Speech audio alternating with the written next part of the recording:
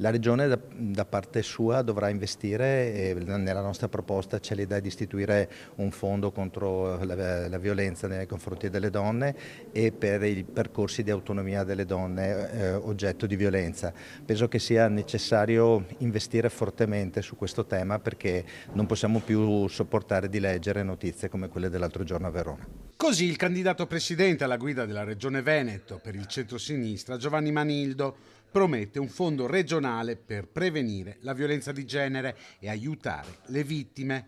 Per l'eurodeputata Alessandra Moretti non è solo violenza, ma una guerra contro i corpi e le vite delle donne. Una guerra che dobbiamo combattere probabilmente con strumenti nuovi. Non bastano la severità delle pene, che servono sicuramente, non bastano nuove forme di reato, serve investire nella formazione, serve investire nell'educazione nelle scuole, nel lungo periodo certamente, ma dobbiamo fare un salto di qualità e questa deve essere una battaglia che appartiene a tutte e a tutti. Prevenzione ed educazione, questa è la strada da seguire per fermare la violenza di genere secondo gli esponenti Dem, che si dicono dispiaciuti dalle recenti prese di posizione del ministro dell'istruzione Giuseppe Valditara. L'educazione all'affettività è qualcosa che mi dispiace molto, le ultime misure del ministro Valditara, educare all'affettività, educare al rifiuto, educare